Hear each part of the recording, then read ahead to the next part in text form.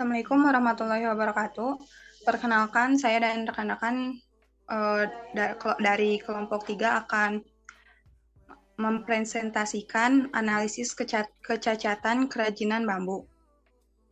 Perkenalkan, di sini saya Putri Aulia dengan NPM 10322012. Di sini ada latar belakang produk yang kami analisis, yaitu kerajinan tangan, yaitu kerajinan bambu.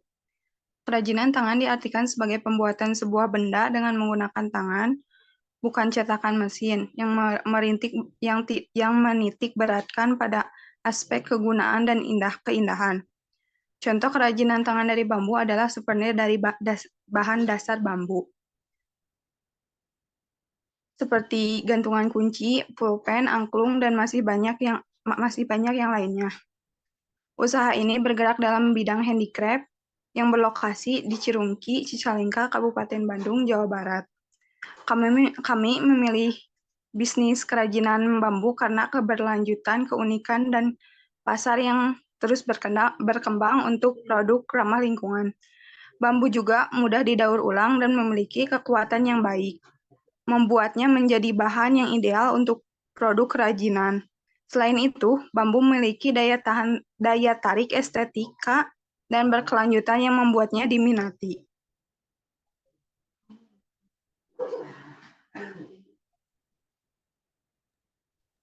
Oke, Di sini saya akan melanjutkan dari pengumpulan data dari kerajinan tangan bambu ini. Yang pertama ada spesifikasi. Sebelumnya, perkenalkan nama saya Salman Novianata Nagara dengan NPM 101221110. Di sini saya akan menjelaskan bagian spesifikasi. Yang pertama dari gambar bisa kita lihat, yaitu dari bentuknya ada yang berbentuk panjang, persegi, seperti yang digambarkan ya. Selanjutnya dari bahan-bahan, bambu ini memiliki beberapa bahan-bahan untuk membuat kerajinan ini gitu. Yang pertama ada bambu, mute, benang, lem, rumbai, dan juga di sini ada tersedia warna hitam dan juga putih dengan memiliki corak. Coraknya itu seperti corak batik. Nah, selanjutnya fungsinya tersendiri yaitu sebagai aksesoris ataupun souvenir.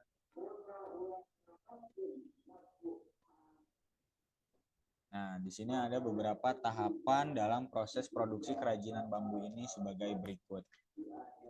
Yang pertama ada memilih bahan bambu yang akan digunakan dan memotongnya. Selanjutnya memproses bahan-bahan baku yang sudah dipersiapkan sebelumnya menggunakan H2O untuk memutihkan bambu. Selanjutnya bambu ini direndam sekitar 2-3 hari. Selanjutnya menjemur sekitar 4 hari dan mengolah bahan baku dan memprosesnya hingga menjadi gantungan kunci melalui lewat finishing. Nah, selanjutnya dari pengolahan data ini akan dibantu dan dijelaskan oleh rekan saya yaitu Rizal. Rizal dipersilahkan. Baik, terima kasih Salman. Sebelumnya, perkenalkan nama saya Muhammad Rizal Septiadi dengan NPM 10122146. Di sini saya akan membacakan data kecacatan dalam produk kerajinan bambu ini. Nah, kita mengetahui bahwa kerajinan itu pasti memiliki kecacatan karena kesalahan produksi gitu, atau bisa dibilang human error. Nah, yang pertama yaitu contoh produk yang cacat, retak, bentuk tidak sesuai, kemudian ada goresan, warna tidak merata juga. Kemudian yang kedua yaitu jumlah produksi dalam satu hari berkisar 4.000 sampai 5.500 pieces per hari. Kemudian ada yang ketiga yaitu produk kerajinan bambu yang cacat ada di kisaran 10 sampai 15 pieces per hari. Kemudian yang keempat, penyebab terjadinya kecacatan produk dalam kerajinan bambu ini yaitu dikarenakan perubahan cuaca. Hal ini sangat berpengaruh sekali mengingat bahwa kerajinan bambu ini harus melalui proses pengeringan dan juga adanya human error ketika dalam proses produksi itu sendiri.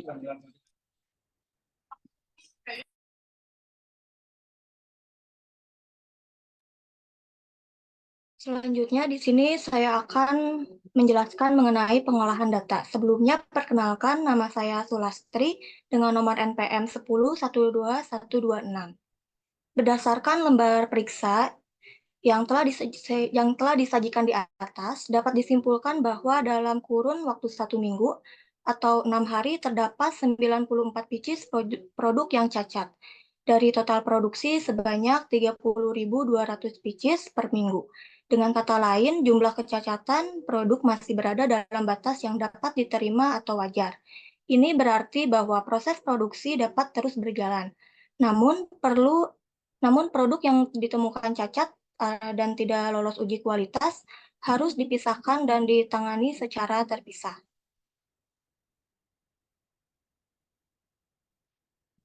Next.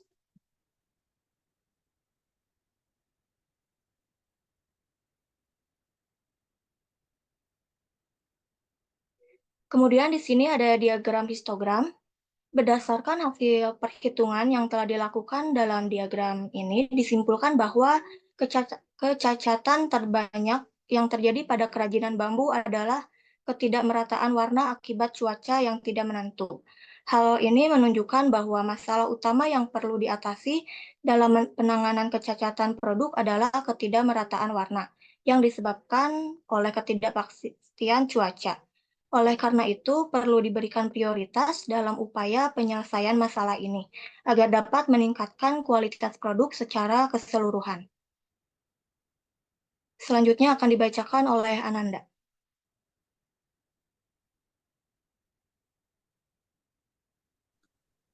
Baik, yang selanjutnya ada diagram Pareto. Berdasarkan diagram Pareto, terlihat jelas bahwa karakteristik kualitas yang paling dominan dalam menghasilkan produk cacat selama 1 minggu adalah warna tidak merata. Dari total 58 produk cacat, jenis kecacatan ini menyumbang sebesar 62% dari kecacatan yang terjadi. Next.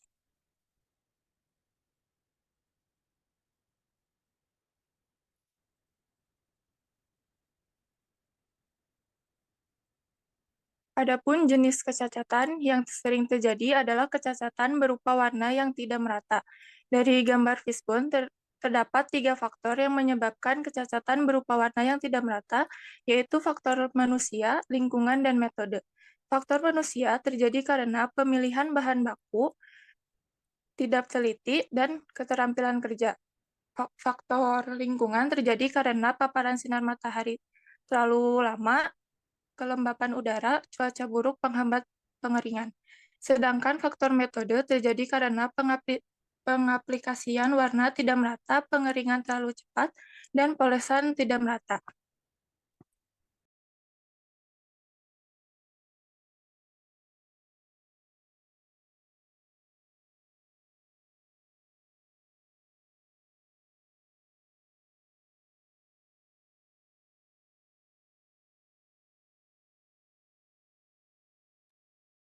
Oke, sebelum melanjutkan penjelasan selanjutnya, izin memperkenalkan diri. Nama saya Dewi Komala dengan NPM 103222011.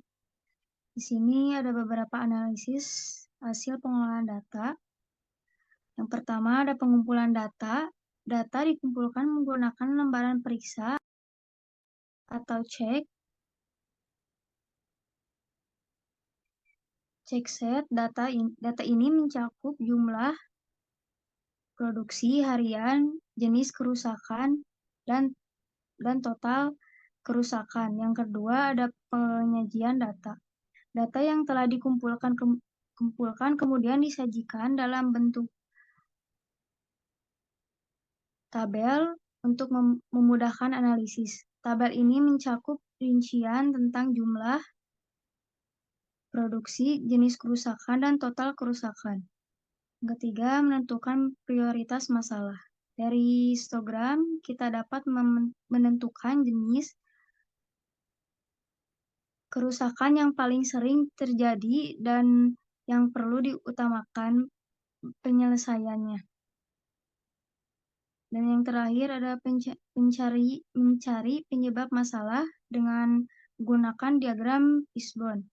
Kita dapat mengidentifikasi faktor-faktor yang menyebabkan kerusakan. Dalam hal ini, diketahui bahwa ketidakmerataan warna adalah hasil dari 3 faktor utama. Ada manusia, lingkungan, dan metode.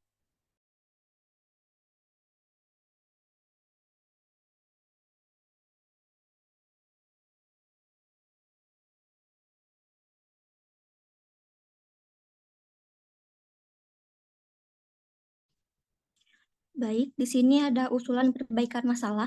Sebelumnya izin memperkenalkan diri, nama saya Alsa Pramestita dengan NPM 10122140.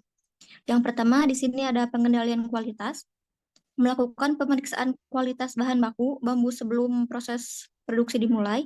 Jika bambu tidak cukup putih, mungkin perlu meningkatkan waktu peredaman atau mencari supplier bahan baku yang berbeda. Yang kedua, penggunaan teknologi. Bisa menggunakan teknologi pengeringan yang lebih canggih untuk menjemur bambu. Misalnya, penggunaan alat pengering atau oven industri dapat membantu mengurangi waktu pengeringan dan membuat proses ini kurang bergantung pada cuaca. Yang ketiga ada pelatihan karyawan. Pastikan semua karyawan terlatih dengan baik dalam proses produksi dan memahami pentingnya menjaga kualitas produk. Ini juga bisa membantu mengurangi jumlah produk yang cacat. Yang keempat ada penyimpanan. Pastikan bahan baku dan produk jadi disimpan dengan baik. Kelembaban dan suhu yang tidak tepat dapat mempengaruhi kualitas produk. Yang kelima ada pengendalian lingkungan. Jika perubahan cuaca adalah penyebab utama cacat produk, mungkin perlu mempertimbangkan untuk memindahkan proses produksi ke dalam ruangan atau menggunakan peralatan yang dapat mengendalikan lingkungan seperti pengatur suhu dan kelembaban.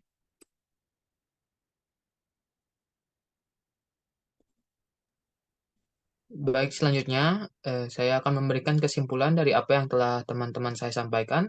Sebelumnya, izin memperkenalkan diri. Nama saya Muhammad Iksan dengan NPM 10122240. Jadi, dapat disimpulkan dari hasil penyajian data, dapat ditemukan frekuensi cacat produk. Data diperoleh dari produksi rata-rata 4.000 sampai 5.500 piece per hari dalam 6 hari. Terdapat 94 piece produk cacat dari total produksi 30.200 piece. Kecacatan terbanyak adalah ketidakmerataan warna 58 produk atau 62%. Cuaca yang tidak menentu menyebabkan ketidakmerataan warna. Solusi yang dapat kami berikan untuk sebuah kendala ini, yang pertama ada mengatur teknik pewarnaan yang tepat. Yang kedua ada pilihan bahan pewarna yang berkualitas. Yang ketiga ada mengatur proses pewarnaan. Dan yang terakhir ada mengontrol kualitas. Mungkin sekian yang dapat kelompok kami sampaikan. Saya kembalikan lagi kepada Putri.